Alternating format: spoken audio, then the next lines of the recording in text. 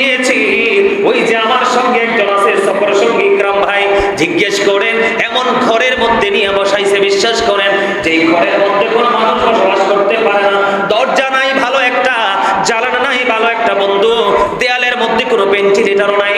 আমি যখন রুমের মধ্যে ঢুকলাম আমার ঘরে আগুন লেগে দিল, আগুন লাগিয়ে গেল। উনি বারবার বলেছে হুজুর তো এইভাবে বসে থাকলে ওয়াজ করতে পারবে না। আমি ওনাদেরকে বললাম ধৈর্য ধরেন, ধৈর্য ধরেন, আস্তে আস্তে ঠিক হয়ে যাবে রে। ও বন্ধু, ভালো খাবার নাই, ঘরের কোনো ভালো সুন্দর কোনো পরিবেশ নেই, ছোট্ট একটা রুম বন্ধু, গোডাউনের মতো। ও বন্ধু, আমি যখন এখান থেকে বের হয়ে গেলাম, প্রায় ঘন্টা দেড় ঘন্টা আমি ওখানে বসেছিলাম। ওখান থেকে বের হয়ে যখন আমি বন্ধু মাহফিলের প্যান্ডেলে গেলাম, প্যান্ডেলে যাওয়ার পরে যখন আমি লিফলেটটা হাতে নিলাম, চেয়ে দেখলাম এই বছরের মুহররমের মাহফিলটা 14তম মাহফিল। জোরে জোরে কন্যা বন্ধু সুবহানাল্লাহ। বন্ধু, ভালো করে ঘরে ঘুমাইতে পারে না, ভালো করে সুন্দর পোশাক পরতে পারে না, ভালো করে পরিবেশ নাই রে। যখন মুহররম আসে বলেছে হুজুর আমাকে কিন্তু হাদিয়াও বেশি দিতে পারে নাই, আমি বিন্দু পরিমাণ করে দুঃখ বা কষ্ট পাই নাই। আমি নিজে নিজে ভাবলাম যে আমরা তো অনেক ভালো আছি, এই মানুষটা ভালো খেতে পারে না, ভালো পড়তে পারে না, ভালো ঘরে ঘুমাইতে পারে না। উপরের দিকে তাকিয়ে দেখলাম বন্ধু ভালো একটা ফ্যানও নাই। কিন্তু বন্ধু কারবার মাহফিল, বিশাল বড় মাহফিল, অসংখ্য মানুষের উপস্থিতি বন্ধু, এটা আর তো কিছু নয়, এটা হলো নবীর আহলে বাইতের প্রতি গভীর ভালোবাসা। আমাকে বলল হুজুর জীবন যতদিন থাকবে এই মুহররমের মাহফিল আমি করব, এই মুহররমের মাহফিলের মাধ্যমে আমি ইমাম হুসাইনের প্রেমের স্বাদ পাই। জোরে জোরে বলেন না সুবহানাল্লাহ। বন্ধুরে আমার, ও বন্ধু, প্রেমের মতো প্রেম তুমি করো, দুনিয়াও তোমার হয়ে যাবে জান্নাত, ময়রা তোমার সুখ পাওয়া লাগবে না, ঠিক কিনা বলেন? বন্ধুরে আমার, আমি যেটা বলতে চেয়েছিলাম ইমাম হুসাইনকে নিয়ে এমন বলতে পারবো, আলীকে নিয়ে বলতে পারবো, বলার কোনো শেষ নাই রে। ও বন্ধু, ইমাম হাসান হুসাইন দুই ভাই মায়ের কাছে জামা চাইলেন, কিন্তু তারা তো গরিব ছিলেন, জামা তো বন্ধু দিতে পারলেন না। আমার আল্লাহ কি করলেন, জিবরাইলকে বললেন, জিবরাইল রে যাও যাও জান্নাত থেকে পোশাক নিয়ে যাও আমার হাবিবের কলিজার টুকরার জন্য। এবার বন্ধু মা ফাতেমা কিন্তু বুঝতে পারে নাই, জিবরাইল কি করলেন, দরজার কড়া দিলেন, দরজা খুললো, দরজা খোলার পরে ধরলেন আপনার হাসান হুসাইনের পোশাক, জান্নাতি পোশাক দিয়ে গেল। এই খবর আমার নবীজির কাছে জানিয়ে দিলেন মা ফাতেমা। ফাতেমা ডেকে ডেকে বললেন, বাবা বাবা গো, আপনার কলিজার টুকরার ব্যবস্থা হয়ে গেছে পোশাকের। এবার একজন দর্জি এনে পোশাক দিয়ে গেছে, সুবহানাল্লাহ বলেন না। কার দর্জি? ইমাম হাসান হুসাইনের দুই ভাইয়ের দর্জি হলো ওই যে জিবরাইল। আমার নবীজি ডাক দিয়ে বললেন, মা মা গো, এটা পৃথিবীর কোন দর্জি না গো, এটা জান্নাত থেকে জান্নাতে খাদেম জিবরাইলের মাধ্যমে আমার আল্লাহ জান্নাত থেকে পোশাক পাঠাইছে। জোরে জোরে কন্যা সুবহানাল্লাহ। শুধু এখানে ক্ষান্ত নয়, আরো প্রেমের খবর বন্ধু শোনেন। দুই ভাই একদিন হাতের লেখা লিখলেন, দেখেন আমরা দুই ভাই একদিন হাতের লেখা লিখলেন, হাতের লেখা লেখার পরে বন্ধু চলে গেলেন কার কাছে? নবীজির কাছে। নবীজিকে বললেন, নানা নানা গো, আমাদের কার লেখা বেশি সুন্দর, আপনি একটু ফয়সালা দিয়ে দেন। এই ফয়সালা দেওয়াতে বলার পরে আমার নবীজি বললেন, তুমি তোমার বাবার কাছে যাও। এবার যখন হযরতে আলীর কাছে আসলেন, বাবা বাবা গো, দুই ভাই হাতের লেখা লিখেছি, আমাদের হাতের লেখা কার হাতের লেখা বেশি সুন্দর, আমাদেরকে তুমি একটুখানি বলে দাও গো বাবা। এই কথা বলার পরে বললেন, না তোমরা চলে যাও তোমাদের মায়ের কাছে। এবার মা খাতুনে জান্নাত ফাতেমার কাছে চলে গেল বন্ধু। ফাতেমার কাছে যখন চলে গেলেন, ফাতেমার কাছে চলে যাওয়ার পরে বললেন, মা মা গো বলো না আমাদের কার হাতের লেখা বেশি সুন্দর। এবার মা ফাতেমা একটা ডাক দিয়ে বললেন, বাবা বাবা গো, আমার কাছে কিছু মূর্তি আছে। কি আছে? কিছু মূর্তি। আমার মূর্তি মনে করে কিছু মূর্তি আছে, আমি তোমাদের দিকে এগুলো নিক্ষেপ করব। কি করব? কথা বলে না। কয়টা? আমার কাছে 60টা মূর্তি আছে। কয়টা? আমার কাছে 60টা মূর্তি আছে, আমি তোমাদের দিকে নিক্ষেপ করব। তোমরা যে বেশি কুড়াইতে পারবে তার হাতের লেখা বেশি সুন্দর বলে বিবেচিত হবে। কারণ হলো বন্ধু, তারা তো দুনিয়ার কোনো সন্তানের মতো না, তারা দুই ভাই জান্নাতের লিডার। আমার রাসূল বলেছেন, দুনিয়াতে আমাদের মা বোনেরা আছে না নাই? তাদের যাদের জান্নাতে সরদার, তাদের জান্নাতে লিডারেরই হবে মা খাতুনে জান্নাত ফাতেমা, রাসূলের কলিজার টুকরা, নাম্বার 1 পাক আপনার আহলে বাইতের সদস্য মা ফাতেমার বিয়ে হয়েছে কার সাথে? ইসলামের চতুর্থ খলিফা হযরতে আলী কারামাল্লাহু ওয়াজহুর সাথে। ও বন্ধু, ইসলামের চতুর্থ খলিফা 2 নম্বর সদস্য সম্পর্কে আমার রাসূল জানিয়ে দিয়েছেন। এদিকে তাকান, আমার রাসূল বলেছেন, I am a city of education, the gate of that city is Ali. আমার রাসূল বলেছেন, বলবো আনা মদিনাতুল ইলম ওয়া আলিউন বাবুহা। আমার রাসূল বললেন, আমি হলাম শিক্ষার শহর আর আমার আলী হলো সেই শহরের দরজা। দুইজন তাদের মর্যাদা আছে না নাই? তাহলে আলীকে ভালোবাসতে হবে কি হবে না? এবার আসেন ও বন্ধু, তাদের দুইজনের মাধ্যমে দুনিয়ায় দুইটা ফুল আমাদের জন্য নিয়ামত হিসাবে আমার আল্লাহ পাঠিয়েছে। বলে হুজুর কেমনে বললেন? আমার রাসূল বলেছেন, হুমা রাইহানাইয়া মিনাদ দুনিয়া। রাসূল বলেছেন, Imam Hasan and Husain two my flower in the world.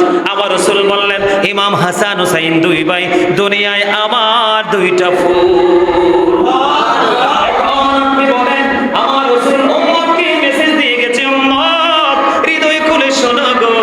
আমি তোমাদের জন্য নিয়ামতের খবর দিয়ে গেলাম, আল হাসান ওয়াল হুসাইন সাইয়্যিদ শাবাবি আহলিল জান্নাহ।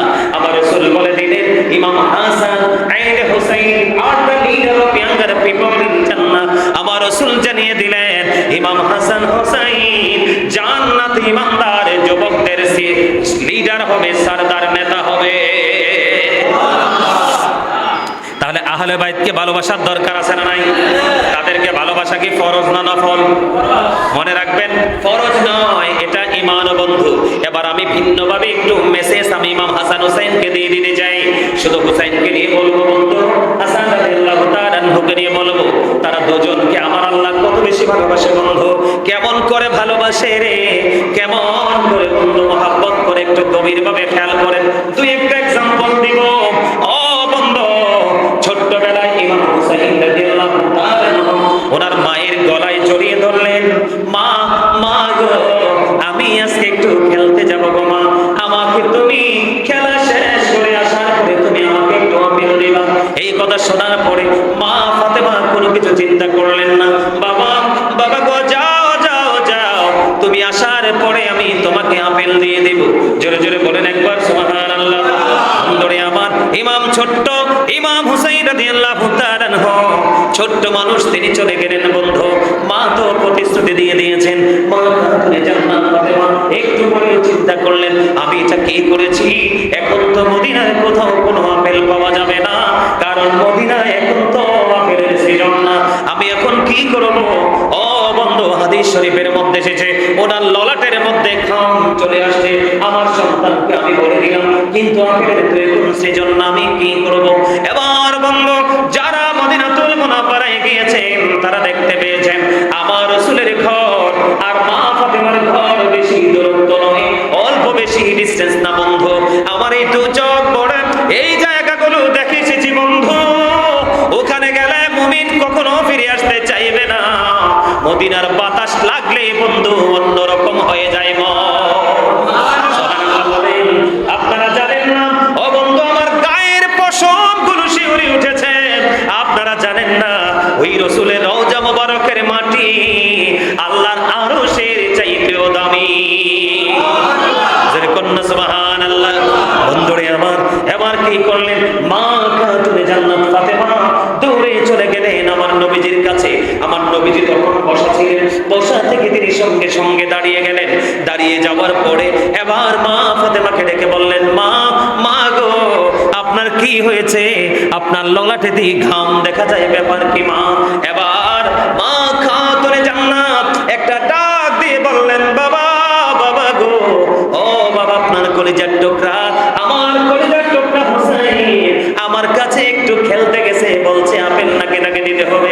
বাবা গো, আমি তো বলে দিয়েছি তোমাকে আমি আপেল দিয়ে দিব গো বাবা, কিন্তু বাবা আমি প্রতিশ্রুতি দেওয়ার পরে জানতে পারলাম আমার কাছে তো আপেল নাই, মদিনায় তো আপেলের সিজন না, আমি কি করব? এই কথা যখন আমার নবীজির কাছে বন্ধু মা ফাতেমা বলতেছে, বন্ধু সঙ্গে সঙ্গে জান্নাত থেকে জিবরাইল আপেল নিয়ে আমার নবীর হুজরা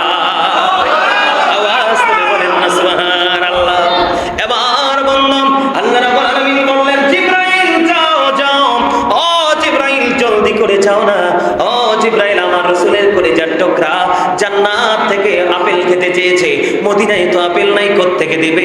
জান্নাত থেকে তুমি আপেলটা নিয়ে যাও। এবার বন্ধু জিবরাইল আপেল নিয়ে চলে আসলেন। আসার পরে আমার রাসূলকে বললেন, ইয়া রাসূলুল্লাহ, ইয়া হাবিবাল্লাহ, নবী গো, ও প্রাণের নবী, আমার দুইটা বাটি লাগবে, একটা চাকু লাগবে গো প্রাণের নবী গো।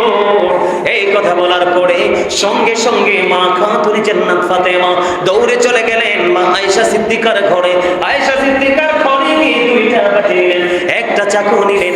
একটা চাকু নিয়ে বন্ধু তখন আসলেন। আসার পরে জিবরাইল এবং আমার নবীর মধ্যে বন্ধু কথোপকথন আলোচনা হলো। আলোচনা করে আপেল দিয়ে বন্ধু চলে গেলেন। জিবরাইল যখন চলে গেলেন, চলে যাওয়ার পরে ও বন্ধু আমার নবীজি অর্ধেকটা আপেল একটা বাটির মধ্যে রাইখা দিলেন, আর একটা বাটি দিয়ে ঢেকে মা খাতুনে জান্নাত ফাতেমার হাতে দিয়ে দিলেন। আর একটা আপেলের টুকরা, একটা আপেল অর্ধেক করে দিলেন জিবরাইল, অর্ধেকটা বাটির মধ্যে বসিয়ে দিলেন, আর অর্ধেকটা মা খাতুনে জান্নাত ফাতেমার হাতে দিয়ে দিলেন। বন্ধুরে আমার, রাসূল দিয়ে দিলেন, জিবরাইল না। কারণ এই কথা বলার পরে এবার মা ফাতেমা জলদি করে চলে গেলেন। একদিকে বাটি দিয়ে ঢাকনা দেওয়াটা, আরেকদিকে বন্ধু অর্ধেকটা আপেল হাতে করে নিয়ে গেলেন। এবার ইমাম হুসাইন দৌড়ে চলে আসলো। আসার পরে বললেন, মা গো আপেল দাও না। এবার মা খাতুনে জান্নাত সঙ্গে সঙ্গে তাকে আপেল দিয়ে দিলেন। আপেলটা দেওয়ার পরে বন্ধু সঙ্গে সঙ্গে আপেল যখন দিলেন, ইমাম হুসাইন আপেলটা ভক্ষণ করলেন। ইমাম হুসাইন আপেল ভক্ষণ করার পরে একটা ডাক দিয়ে বললেন, মা গো, আমার জীবনে এই বয়সে কোনোদিন এত মধুর আপেল খাইনি, তুমি কোথা থেকে এমন মজার আপেল ব্যবস্থা করেছো গো মা? এবার জান্নাত ফাতেমা একটা ডাক দিয়ে বললেন, বাবা গো, এই আপেল তো আমি ব্যবস্থা করিনি, এই আপেল তোমার নানার কাছে জান্নাত থেকে আমার আল্লাহ পাঠিয়েছে। মা গো, প্রতিদিন আমাকে আপেল তো খেতে দিতে হবে। বাবা এটা কি বলেছো? এই কথা যখন শুনলেন, যখন মা বললেন তোমার নানা আপেলের ব্যবস্থা করেছে, দৌড়ে চলে গেলেন। এবার নানাকে গিয়ে ডেকে ডেকে বললেন, নানা গো, এখন থেকে প্রতিদিন আমাকে মজার আপেল খাওয়াইতে হবে। জোরে জোরে কন্যা সুবহানাল্লাহ। এবার বন্ধু এই কথা বলার পরে ইমাম হুসাইন বন্ধু খুশিতে পাগল পারা হয়ে গেল। এবার দৌড়ে তিনি চলে গেলেন। বন্ধু চলতে চলতে চলতে চলতে চলে গেলেন। দিন ফুরিয়ে গেল, রাত যখন ফুরিয়ে গেল, ওই যে বললাম অর্ধেকটা আপেল একটা বাটির মধ্যে রেখে ঢাইকা দিল, ওই আপেলের মধ্যেই হলো পুরো রহস্য। বন্ধুরে আমার, ওই যে বললাম জিবরাইল এবং নবীজির মাধ্যমে কথা হইছে, সেই কথাটা হলো কি জানেন? ও বন্ধু, জিবরাইল অর্ধেকটা আপেল কেটে বাটির মধ্যে বসাইয়া দিলেন, আর বললেন, নবী গো, এই যে অর্ধেকটা আপেল আমি বসাইয়া দিলাম, এই বাটিটা প্রতিদিন একবার ঢাকনা সরাতে পারবে, দুইবার না, এটা প্রতিদিন ঢাকনা সরাবে। ও বন্ধু, রাসূল যেইভাবে বলে গেলেন মা ফাতেমাকে সেইভাবে রাসূল বলে দিলেন। এবার দিন চলে গেল, রাত্র যখন ফুরিয়ে গেল, রাত ফুরিয়ে যাওয়ার পরে বন্ধু পরের দিন আপেলটার ঢাকনা সরাইয়া দেখে ওই আপেলটা পুরোটাই আস্থা হয়ে আছে। জোরে জোরে কন্যা সুবহানাল্লাহ। জিবরাইল আরো বলে গেছে, ইয়া রাসূলুল্লাহ, ঠিক যেভাবে বলে দিলাম এইভাবে অর্ধেকটা কেটে নিবে, আর অর্ধেকটা যেমন ছিল তেমন ওইভাবে বসিয়ে দিবে। অর্ধেকটা আজকে কাটলেন, কাটার পরে বন্ধু আজকে হুসাইন খেলেন, আর অন্যান্য জন খেলেন, কিন্তু খাওয়ার পরে দেখে রে গতকালকের মতো না, আজকের আপেলের স্বাদ অন্যরকম। সুবহানাল্লাহ বলবেন না? কি আজকের আপেলের স্বাদ বন্ধু অন্যরকম। আজকের দিন চলে গেল, পরের দিন যখন আবার ঢাকনা সরালেন, ও বন্ধু পরের দিন ঢাকনা সরানোর পরে চেয়ে দেখলেন, আজকেও চেয়ে দেখলেন আপেলটা অর্ধেকটা কিন্তু রেখেছিলেন, আজকেও চাইয়া দেখে আপেল আবার বড় আস্থা হয়ে আছে। জোরে জোরে বলেন না সুবহানাল্লাহ। বন্ধু এই দৃশ্য দেখার পরে রে আশ্চর্য হবার মতো ঘটনা, আমার আল্লাহ ওই রবির আহলে বাইতকে, আমাদের কলিজার টুকরা ইমাম হুসাইনকে কত ভালোবেসেছেন বন্ধু। এগুলো হলো তার প্রমাণ। প্রতিদিন ঢাকনা সরে আপেল তো আস্থা হয়ে আছে। এমনি করে করে 2 বছর পর্যন্ত যখন এই ঢাকনা সরালেন, ঢাকনা সরানোর পরে যে দেখলেন আজকেও পুরো আপেলটা আস্থা হয়ে আছে। 2 বছর কেটেছেন, 2 বছর খেয়েছেন, প্রতিদিনই ভিন্ন ভিন্ন স্বাদ পেয়েছে। একদিনের স্বাদ আরেক দিনের স্বাদের সাথে মেলে নাই। 2 বছর পরে আল্লাহর কুদরতে আপেলটা অদৃশ্য হয়ে যায়। জোরে জোরে কন্যা সুবহানাল্লাহ। সেই হুসাইনকে নিয়ে কথা বলে না। নাউজুবিল্লাহ বলবেন না? কিছু বুঝছেন? হ্যাঁ, আর আপনি আমি বাজারে আছে, তারপরও নসিবে জুটে না। কথা কেন কেন? আপনি আমি বাজারে যাই, চোখে দেখি না, তারপর কিন্তু রিজিকে নাই। উনি জমিনে চেয়েছে, আসমান থেকে বাজার বরাদ্দ হয়ে গেল। সুবহানাল্লাহ বলেন। শুধু কি এখানেই শেষ? না না না, ও বন্ধু, শুধু এখানেই শেষ নয়। ইমাম হুসাইনকে নিয়ে কথা বললে বন্ধু শেষ হবে না বন্ধু। আমার দিকে তাকান। একদিন গ্রাম্য লোক মনে মনে নিয়ত করলেন। গ্রামের মানুষ মান্যত করে না, প্রথম গরু বাচ্চা দিলে দুধটা কোনো আলেমকে আল্লাহর লেগে খাওয়াবো অথবা হুজুর জবাব দিয়ে খাওয়াবো, এমন অনেক মান্যত করে না। এখনো কিন্তু এগুলো বাংলাদেশে আছে, আছে না নাই? একদিন এক গ্রাম্য লোক আমার নবীজির দরবারে একটা হরিণের বাচ্চা উপহার দিলেন। কি দিলেন? হরিণের বাচ্চা। অত্যন্ত সুন্দর হরিণের বাচ্চা তো নিশ্চয়ই দেখেছেন, অত্যন্ত মায়াবী হরিণের বাচ্চা যখন দিলেন, বাচ্চাটা দেওয়ার পরে আমার রাসূল কি করলেন? ইমাম হাসান রাদিয়াল্লাহু তাআলা কে দিয়ে দিলেন। এই দৃশ্য দেখে বলেছেন ইমাম হুসাইন। ইমাম হুসাইন একটা ডাক দিয়ে বললেন, নানা, নানা গো, ভাইজানকে তুমি হরিণ দিয়েছো, আমারও তো আরেকটা হরিণ লাগবে। সুবহানাল্লাহ বলেন না? আরো জোরে বলেন না? এবার বন্ধু, নবীজির কাছে আসছে একটা হরিণের বাচ্চা, একটা হরিণের বাচ্চা, কিন্তু রাসূলের কাছে হরিণের প্রার্থী হলো দুইজন, ইমাম হাসান হুসাইন। বন্ধুরে আবার ইমাম হুসাইন চাইতে দেরি, আমার নবীজি চেয়ে দেখলেন সামনের দিক দিয়ে একটা বড় হরিণ আর একটা বাচ্চা হরিণ পাগলের মতো আমার নবীজির দিকে দৌড়ে ছুটে আসছে।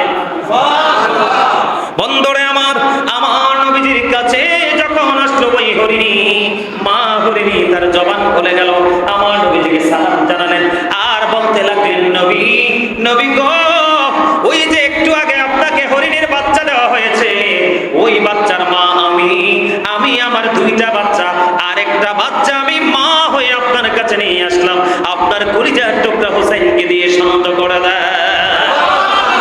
জবান বন্ধ খুলে গেছে। আল্লাহর কুদরত থেকে সেই হুসাইনকে নিয়ে আমাদের দেশের আলেমরা অনেকেই, অনেক আলেমরা নামদারি কথা বলে না, মানুষকে বন্ধ গোমরা করে দিচ্ছে, মানুষকে অন্ধকারাচ্ছন্ন করে দিচ্ছে। ও বন্ধু, ইয়াজিদকে সামনে নিয়ে আসছে, এতে বোঝা যায় তারা ইয়াজিদের প্রেতাত্মা ছাড়ার কিছুই না। ঠিক কিনা বলেন? শুধু কি এখানেই ক্ষান্ত? না না না বন্ধু, শুধু এখানেই শেষ নয়। ইমাম হুসাইন রাদিয়াল্লাহু তাআলা কত প্রেম, কত প্রেমের খবর। একদিন আমার নবীজিকে তিনি ঘোড়া বানাইলেন। কি বানাইলেন? সুবহানাল্লাহ বলেন না? আরো জোরে। তো নবীর তো কলিজার টুকরা ইমাম হুসাইন আমার নবীজিকে বললেন, নানা, নানা গো, নানা, আজকে তুমি ঘোড়া হইবা, আমি হুসাইন হব সেই ঘোড়ার সাওয়ার গো। আমার নবীজি রাজি হয়ে গেলেন। সুবহানাল্লাহ বলেন। রাজি হওয়ার পরে এবার বললেন, নানা, আমার নবীজিকে ঘোড়া বানাইয়া নবীজির উপরে উঠে গেলেন, উঠে বসে গেলেন। নবীজিকে প্রশ্ন করলেন, নানা, নানা গো, তুমি বলে দাও না, তুমি দামি না কি আমি দামি? সুবহানাল্লাহ বলবেন না? আমার পর আপনারা মজা পান না, ওয়াজ মজা পান? এমন প্রেমের খবর শুনলে কেউ চুপ থাকতে পারে? হ্যাঁ, নবীজিকে কি বলে? নানা গো, তুমি বলো না, তুমি দামি না আমি দামি। এবার আমার নবীজি একটা ডাক দিয়ে বললো, নানা, তুমি বলে দাও, আমি দামি না তুমি বেশি দামি। এবার ইমাম হুসাইন একটা ডাক দিয়ে বলল, নানা গো, তোমার চাইতে আমি বেশি দামি। আমার নবীজি আশ্চর্য হয়ে গেলেন, তার উত্তর শুনে অবাক হয়ে গেলেন, নানা গো, তুমি আমার চেয়ে বেশি দামি কয়? কেমন করে আমাকে একটু বলো না। আমার নবীজি বলতেছে, তুমি বলো না কেমন করে তুমি আমি নবীর চেয়েও দামি হয়ে গেলা? নানা, নানা গো, আমার নানা তো রাহমাতাল লিল আলামিন, তোমার নানা তো আমার নানার মতো না। আরে আওয়াজ করে বলেন না সুবহানাল্লাহ। আমার নানা রাহমাতাল লিল আলামিন, তোমার নানা তো আমার নানার মতো না। ও গো নানা, শুধু তাই নয় গো, আমার মা তো খাতুনে জান্নাত ফাতেমা, তোমার মা তো আমার মায়ের মতো না। নানা, নানা গো, আমার বাবা কিসের খোদানি, তুমি তো আমার, তোমার বাবা তো আমার বাবার মতো না। এই দৃষ্টিকোণ থেকে না না, আমি তোমার চাইতেও দামি। আমার রাসূল বলছে আমি হুসাইন থেকে, হুসাইন আমার থেকে। সুবহানাল্লাহ বলে আরো জোরে। আর সেই আহলে বাইতকে নিয়ে আপনার জবান দিয়ে কথা বের হয় না, আফসোস, অত্যন্ত দুঃখজনক। মনে রাখবেন, কিয়ামতের দিন মানুষ দেখতে পাবে পৃথিবীর বুকে কিয়ামতের আগে সবচেয়ে নিকৃষ্ট মানুষ হবে আমাদের মতো আলেমরা। তাদের মধ্যে খাবারের লোভ থাকবে, অর্থের লোভ থাকবে, দুনিয়ার বিলাসিতার লোভ থাকবে। এই লোভ লালসায় তারা কোরআন হাদিসের কোন আইন কানুনের তোয়াক্কা করবে না। আপনার এলাকার মধ্যে শিল্পপতি আছে, এই শিল্পপতিকে সে কিভাবে তার প্রতি দুর্বল করবে, আসক্ত করবে, সেটার জন্য যত অপকৌশল আছে সব অপকৌশল করে সেই শিল্পপতিকে হাতে নিয়ে সমাজকে ধ্বংস করবে। নাউজুবিল্লাহ বলে। এটা হবে যদি আমরা শক্ত না থাকি, খুব চিরেই এই অবনতি আমরা দেখতে পাবো। আমি এইরকম প্রেমের ওয়াজ করতে থাকলে করতেই থাকবো, কারণ কারবালা নিয়ে, ইমাম হুসাইন নিয়ে, আহলে বাইতকে নিয়ে আল্লাহ আমাকে যথেষ্ট গবেষণা করার তৌফিক দিয়েছে। আমিন বলেন। আর যারা বলেন আমিন। আমি এত বেশি বলতে পারবো, নবীর আহলে বাইতকে নিয়ে রাত্র শেষ হয়ে যাবে, আমি অদম গুনাহগারের বলা শেষ হবে না। কারণ আহলে বাইত, ইমাম হাসান হুসাইন, ও বন্ধু এটা কোনো নাম নয়, ও বন্ধু এটা কোনো নাম না, এটা হলো কুল কিনারাহীন এক মহাসমুদ্র। কথা বলেন না কেন? এটা এমন একটা সমুদ্র যেটার কুল কিনারা নাই, ও বন্ধু এবার ওপার নাই। এটা এত বড় দামি রে, যেই ইমাম হুসাইনকে নিয়ে লিখতে গেলে বন্ধু সমস্ত পৃথিবীর কলমের কালি যদি বন্ধ একত্রিত করা হয়, সমস্ত পৃথিবীর কালিগুলো শেষ হয়ে যাবে রে। ইমাম হাসান হুসাইনকে নিয়ে লেখে শেষ করতে পারবে না। ওই গোটা পৃথিবীর, ও বন্ধু গোটা পৃথিবীর সমস্ত কাজগুলো কেটে যদি তুমি কলম বানাও, এই গোটা পৃথিবীর বন্ধু সমস্ত গাছগুলো, সমস্ত বৃক্ষগুলো কেটে যদি তুমি গাছ পান কলম বানাও রে, সমস্ত গাছ একটা সময় শেষ হয়ে যাবে, কলম বানানোর মতো গাছ তুমি খুঁজে পাবে না। ও বন্ধু, কিন্তু ইমাম হুসাইনকে নিয়ে লেখে শেষ করা যাবে না, দুনিয়ার কলম শেষ হয়ে যাবে। ও বন্ধু, সমস্ত পৃথিবীর পানিগুলো, জলাশয়গুলোকে যদি তুমি কলমের কালি বানাও, কালি বানাইয়া ওই কালি যদি কলমে ঢুকায়া লিখতে থাকো গো, তোমার কালি, তোমার পানি শুকিয়ে যাবে, ইমাম হুসাইনের লেখা বন্ধু শেষ হবে না। জোরে জোরে বলেন না একবার সুবহানাল্লাহ। এই জন্য বলি কতলে হুসাইন আসল মে মর গয়া জিদ হে, ইসলাম জিন্দা হোতা হে আর কারবালা কি বাত। জোরে কোন একবার আল্লাহু আকবার, আরো জোরে বলেন না একবার আল্লাহু আকবার। ইমাম হুসাইনকে ভালোবাসতে রাজি আছেননি? আরো জোরে বলেন, সবাই রাজি আছেননি? আমি কি আরেকটু আলোচনা করব না শেষ করে দেব? আরেকটু শুনতে চান? কে কে শুনতে চান হাত তোলেন। সবাই মাশাআল্লাহ হাত নামান। এই জন্য দুরূদ জিকির আগে সব শেষ করে ফেলেছি, যেন ওয়াজের মাঝখানে দুরূদ আর জিকির করতে না হয়, ধারাবাহিকতা যেন ঠিক থাকে। হাফেজ সাহেব, ওয়াজ কি সালামুনা শেষ করে দেব? চলতো? আলহামদুলিল্লাহ বলেন, আরো জোরে বলেন। বিশ্বাস করেন আমি খুব ক্লান্ত শরীর নিয়ে আসছি। আসার সময় ইকরাম ভাইয়ের সাথে আসছি, আপনার ওই যে ওই দিক দিয়ে আসছি তো টুপিটা পর্যন্ত খুলে ফেলছি, মাথা ব্যথা করে। কিন্তু বিশ্বাস করেন আমার মাথা ব্যথা ক্লান্তি কিচ্ছু নাই, সব কোথায় যেন হারিয়ে গেছে।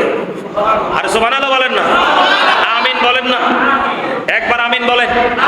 আরো জোরে, আরে আরো জোরে, আরো জোরে, মারহাবা, আরো জোরে।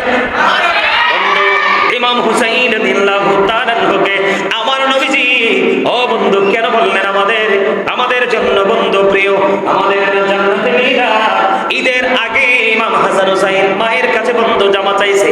আপনারা তো জানেন ইমাম হাসান হুসাইনের মা বাবা ছিলেন গরিব। কথা বলে না কেন? দুনিয়ার দৃষ্টিকোণ থেকে বন্ধু ছিলেন গরিব, কিন্তু গরিব হলেও তাদের জীবন ছিল আল্লাহর রহমতে ভরপুর। ও বন্ধু নিয়ামতে ভরপুর। আমি ছোট্ট করে আপনাকে একটা এক্সাম্পল দেই, মনে হয়েছে বন্ধু চমৎকার একটা ঘটনা। ও বন্ধু, আলী একদিন কাজে গেলেন, কোনো কাজের সন্ধান পেলেন না, ঘরে ফিরলেন শূন্য। কিন্তু সন্তান তো দুইটা আছে, এদেরকে তো খাবার দিতে হবে। মা ফাতেমার অত্যন্ত সুন্দর একটা চাদর ছিল। এবার হযরতে আলীকে ডাক দিয়ে বললেন, স্বামী স্বামী গো, আপনি কোনো কাজ করতে পারেননি, কোনো কাজ পাননি, কোনো সমস্যা নেই গো স্বামী, আমার একটা চাদর আছে, ওই চাদরটাকে আপনি বন্ধক বা বিক্রি করে আপনি এটা দিয়ে যা পাবেন তা নিয়ে আপনি খাবারের ব্যবস্থা করবেন। মা ফাতেমা যখন বন্ধু প্রস্তাব করলেন, হযরতে আলীও রাজি হয়ে গেল। বন্ধু একজন ইহুদির কাছে তিনি এটা বিক্রি করে দিলেন। কি করে দিলেন? একজন ইহুদির কাছে বন্ধু বিক্রি করে দিলেন। কিছু দিরহাম নিয়ে তিনি খাবারের ব্যবস্থা করলেন। ইহুদি নিয়ে গেলেন ওই সুন্দর চাদরখানা বন্ধু নিয়ে ইহুদির ঘরের মধ্যে রেখে দিলেন। রাত যখন গভীর হয়ে গেল, এই ঘরের মধ্যে কোনো প্রদীপ নাই, কোনো বাতি নাই, কোনো আলো নাই। হঠাৎ করে দেখতে পাইলেন ইহুদি এবং তার পরিবারের লোকেরা দেখতে পাইলেন ওই চাদর যেই ঘরে, ওই ঘর থেকে বন্ধু এত নূর চমকাচ্ছে, এত নূর ঝলমল ঝলমল করছে। বন্ধুরে আমার মনে হয় যেন অনেক পাওয়ারফুল আলো এখানে দেওয়া আছে। এবার গিয়ে দেখলেন ঘরে কোনো লাইটের ব্যবস্থা নাই, কোনো প্রদীপের ব্যবস্থা নাই। দরজা খুলেছে, দেখে রে রুমের ভিতরে মা ফাতেমার ওই নূরানী হাতের চাদর থেকে এমন নূর ঝলমল করছে, ইহুদির পুরো ঘর বন্ধু আলোকিত হয়ে গেছে। আওয়াজ তুলে তুলে বলেন না সুবহানাল্লাহ। এবার ইহুদির বিবি একটা ডাক দিয়ে বললেন, স্বামী গো, এটার মধ্যে কি কোথা থেকে তুমি এটা খরিদ করে নিয়ে এসেছো গো স্বামী? এবার ওই ইহুদি ডেকে ডেকে বলেন, বিবি বিবিরা, এটা সাধারণ কোনো মানুষ থেকে আনি নাই, ওই যে রাসূল মুসলমানদের যে নবী, নবীর যে কলিজার টুকরা ফাতেমার স্বামী আলী, আলীর কাছ থেকে নিয়ে এসেছি বন্ধু। এই কথা বলার পরে ইহুদির বিবি বললেন, না না না, যার চাদর এত নুরানি, যার চাদর অন্ধকার ঘরকে আলোকিত করতে পারে, কন্যা সুবহানাল্লাহ, এই চাদর আমি রাখবো না, আমার ঘরের যোগ্য না। জলদি করে চলো গো স্বামী, এই চাদর আমরা ফেরত দিয়ে আসবো বন্ধু। শুধু এই চাদর ফেরত দেয়নি ইহুদিরা বন্ধু, এই মা ফাতেমার নূরের ঝলক, এই চাদরের ঝলক দেখে ইহুদিরা পর্যন্ত ইসলাম ধর্ম গ্রহণ করেছে। আওয়াজ তোলে তোলে বলেন না সুবহানাল্লাহ, আর জোরে বলেন না সুবহানাল্লাহ। এই জন্য রাসূল বলেছেন, একমাত্র নবীজি ঘোষণা করে গেছেন, একমাত্র একটা দল হবে জান্নাতি, ওই দলটা হবে আহলুস সুন্নাত ওয়াল জামাত। আহলুস সুন্নাত ওয়াল জামাত এগুলোকে বিশ্বাস করে, এগুলোকে ধারণ করে করে বন্ধু বছরের পর বছর যখন আসে শহাদায়ে কারবালার মাহফিল করায়, ঠিক কিনা বলেন? আরো জোরে বলেন। গতকালকে যে মাহফিলে গিয়েছি, ওই যে আমার সঙ্গে একজন আছে সফর সঙ্গী ইকরাম ভাই, জিজ্ঞেস করেন এমন ঘরের মধ্যে নিয়ে বসাইছে, বিশ্বাস করেন যে ঘরের মধ্যে কোনো মানুষ বসবাস করতে পারে না, দরজা নাই ভালো একটা, জানালা নাই ভালো একটা বন্ধু, দেয়ালের মধ্যে কোনো ভেন্টিলেটরও নাই। আমি যখন রুমের মধ্যে ঢুকলাম, আমার ঘরে আগুন লেগে দিল, আগুন লাগিয়ে গেল। উনি বারবার বলেছে, হুজুর তো এইভাবে বসে থাকলে ওয়াজ করতে পারবে না। আমি ওনাদেরকে বললাম, ধৈর্য ধরেন, আস্তে আস্তে ঠিক হয়ে যাবে রে। ও বন্ধু, ভালো খাবার নাই, ঘরের কোনো ভালো সুন্দর কোনো পরিবেশ নাই, ছোট্ট একটা রুম বন্ধু, গোডাউনের মতো। ও বন্ধু, আমি যখন এখান থেকে বের হয়ে গেলাম, প্রায় ঘন্টা দেড় ঘন্টা আমি ওখানে বসেছিলাম। ওখান থেকে বের হয়ে যখন আমি বন্ধু মাহফিলের প্যান্ডেলে গেলাম, প্যান্ডেলে যাওয়ার পরে যখন আমি লিফলেটটা হাতে নিলাম, চেয়ে দেখলাম এই বছরের মুহররমের মাহফিলটা 14তম মাহফিল। জোরে জোরে কন্যা বন্ধু সুবহানাল্লাহ। বন্ধু ভালো করে ঘরে ঘুমাইতে পারে না, ভালো করে সুন্দর পোশাক পরতে পারে না, ভালো করে পরিবেশ নাই রে। যখন মুহররম আসে বলেছে, হুজুর আমাকে কিন্তু হাদিয়াও বেশি দিতে পারে নাই, আমি বিন্দু পরিমাণ করে দুঃখ বা কষ্ট পাই নাই। আমি নিজে নিজে ভাবলাম যে আমরা তো অনেক ভালো আছি, এই মানুষটা ভালো খেতে পারে না, ভালো করতে পারে না, ভালো ঘরে ঘুমাইতে পারে না। উপরের দিকে তাকিয়ে দেখলাম বন্ধু ভালো একটা ফ্যানও নাই। কিন্তু বন্ধু কারবালার মাহফিল বিশাল বড় মাহফিল, অসংখ্য মানুষের উপস্থিতি বন্ধু, এটা আর তো কিছু নয়, এটা হলো নবীর আহলে বাইতের প্রতি গভীর ভালোবাসা। আমাকে বলল, হুজুর জীবন যতদিন থাকবে এই মুহররমের মাহফিল আমি করব, এই মুহররমের মাহফিলের মাধ্যমে আমি ইমাম হুসাইনের প্রেমের স্বাদ পাই। জোরে জোরে বলেন না সুবহানাল্লাহ। বন্ধুরে আমার, ও বন্ধু, প্রেমের মতো প্রেম তুমি করো, দুনিয়াও তোমার হয়ে যাবে জান্নাত, ময়রা তোমার সুখ পাওয়া লাগবে না, ঠিক কিনা বলেন? বন্ধুরে আমার, আমি যেটা বলতে চেয়েছিলাম ইমাম হুসাইনকে নিয়ে এমন বলতে পারবো, আলীকে নিয়ে বলতে পারবো, বলার কোনো শেষ নাই রে। ও বন্ধু, ইমাম হাসান হুসাইন দুই ভাই মায়ের কাছে জামা চাইলেন, কিন্তু তারা তো বলছিলেন, দিতে পারলেন না। আমার আল্লাহ কি করলেন, জিব্রাইলকে বললেন, জিব্রাইল রে যাও যাও জান্নাত থেকে পোশাক নিয়ে যাও আমার হাবিবের কলিজার টুকরার জন্য। এবার বন্ধু মা ফাতেমা কিন্তু বুঝতে পারে নাই জিব্রাইল কি করলেন, দরজার উপর নাড়া দিলেন, দরজা খুললো। দরজা খোলার পরে ধরলেন আপনার হাসান হুসাইনের পোশাক, জান্নাতি পোশাক দিয়ে গেল। এই খবর আমার নবীজির কাছে জানিয়ে দিলেন মা ফাতেমা। ফাতেমা ডেকে ডেকে বললেন, বাবা বাবা গো, আপনার কলিজার টুকরার ব্যবস্থা হয়ে গেছে পোশাকের। এবার একজন দর্জি এনে পোশাক দিয়ে গেছে। সুবহানাল্লাহ বলেন না? কার দর্জি? ইমাম হাসান হুসাইনের দুই ভাইয়ের দর্জি হলো ওই যে জিব্রাইল। আমার নবীজি ডাক দিয়ে বললেন, মা মা গো, এটা পৃথিবীর কোন দর্জি না গো, এটা জান্নাত থেকে জান্নাতে খাদেম জিব্রাইলের মাধ্যমে আমার আল্লাহ জান্নাত থেকে পোশাক পাঠাইছে। চুরে চুরে করুন না সুবহানাল্লাহ। শুধু এখানে ক্ষান্ত নয়, আরো প্রেমের খবর বন্ধু শোনেন। দুই ভাই একদিন হাতের লেখা লিখলেন। দেখেন আমরা দুই ভাই একদিন হাতের লেখা লিখলেন। হাতের লেখা লেখার পরে বন্ধু চলে গেলেন কার কাছে? নবীজির কাছে।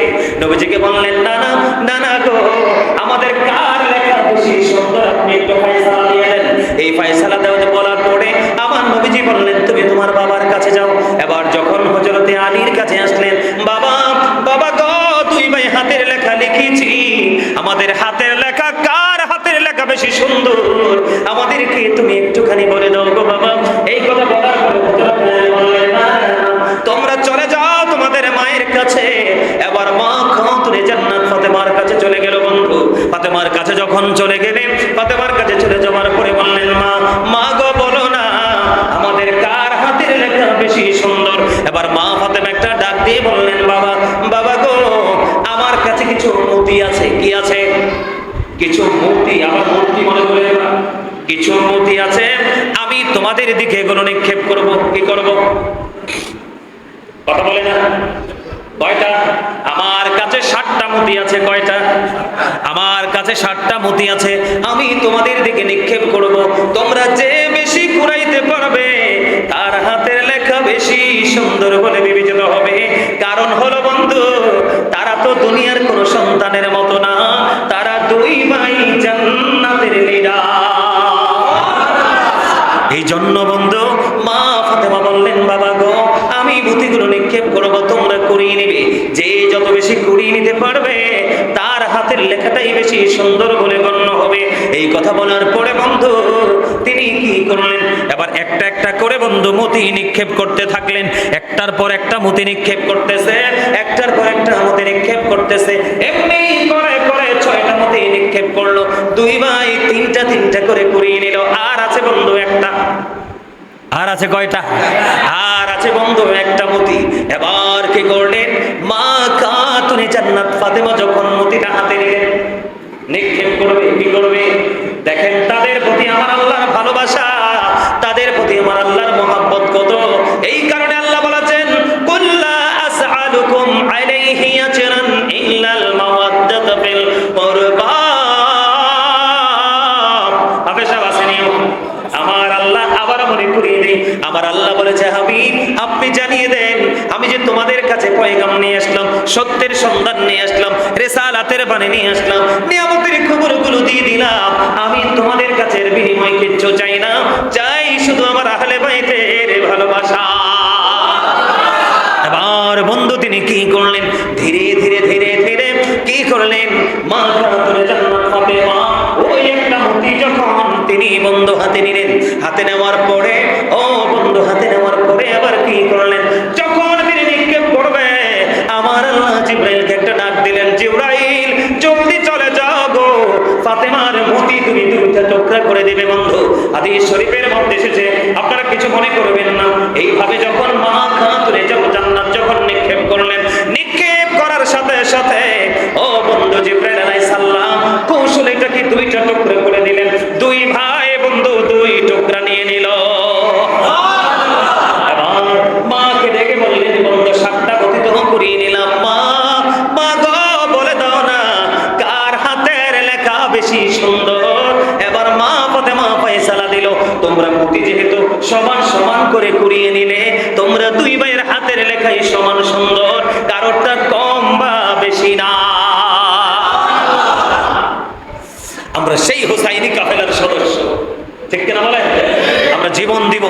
ঈমান ঠিক কিনা বলেন? আমরা আমাদের জীবনের অনেক কিছু কুরবানি করব, কিন্তু ইমাম হুসাইনের ভালোবাসাকে কুরবানি করব? কথা বলেন, করব? ইমাম হুসাইনের প্রতি ভালোবাসা, এত মহাব্বত, এত প্রেম, এগুলো বলে কি করা যায় না? শেষ করা যায় না? যায়? সম্মানিত উপস্থিতি, রাত বাজে কয়টা? 11:30। আর আলোচনা করব না, কারণ আমার আগামী 3 তারিখে মনে হয় ওই মসজিদের প্রোগ্রাম আছে। পাক পাঞ্জাতন না? আগামী 3 তারিখ, জুলাই মাসের 3 তারিখ এই পাক পাঞ্জাতন মসজিদের প্রোগ্রাম আছে। ওই দিন আসলে ইমাম হাসান হুসাইন আহলে বাইতের জীবনের অন্য কোন পার্ট নিয়ে আবার আপনাদের মাঝে হাজির হয়ে যাব, কারণ মিলাদ কিয়াম করতে করতে আমাদের অনেক সময় শেষ হয়ে যাবে, ঠিক কিনা বলেন? সম্মানিত উপস্থিতি, আর শুধু এইটুকু বলে যাই, কারবালার মর্মান্তিক অধ্যায় এবং কারবালা কিভাবে কিভাবে কিভাবে কিভাবে কারবালা পর্যন্ত হয়েছে, কেন হয়েছে, এই বিষয়গুলো নিয়ে ওই 3 তারিখে আলোচনা করব। আপনারা থাকবেন, যাবেন। তবে এইটুকু আপনাদেরকে আমি বলে দিব যে ইমাম হুসাইন রাদিয়াল্লাহু তাআলা আনহু তিনি কিন্তু শাহাদাত বরণ করার পূর্বক্ষণেও তিনি কিন্তু নামাজ ছাড়ে নাই, তিনি নামাজ ছেড়ে দিয়েছে। কিন্তু আমরা নামাজ পড়ি না, ঠিক কিনা বলেন? আমরা কি নামাজ পড়ি? আমরা নামাজ পড়ি না। হ্যাঁ, এইটুকু আমরা দিব, এখন দিব, শেষ করে দিব। আলহামদুলিল্লাহ বলেন আরো জোরে। আমার আলোচনা কষ্ট পাইছে? ভাল লাগছে না? আমি যে বললাম না, আমি যে ক্লান্ত, তারপরও আমার কাছে অসাধারণ লাগছে আলোচনা করতে। আর আপনারা শুনছেন, আপনাদের কাছে তো আরো ভালো লাগছে, বিশ্বাস করি আমি। তাই তো বসে আছেন, তাই না? আল্লাহ আমাদেরকে এই ভালো লাগা, ভালোবাসা নিয়ে যেন পথ চলতে পারি। আল্লাহ যেন আমাদেরকে সে তৌফিক দান করে। সকলে বলুন আমিন। আমার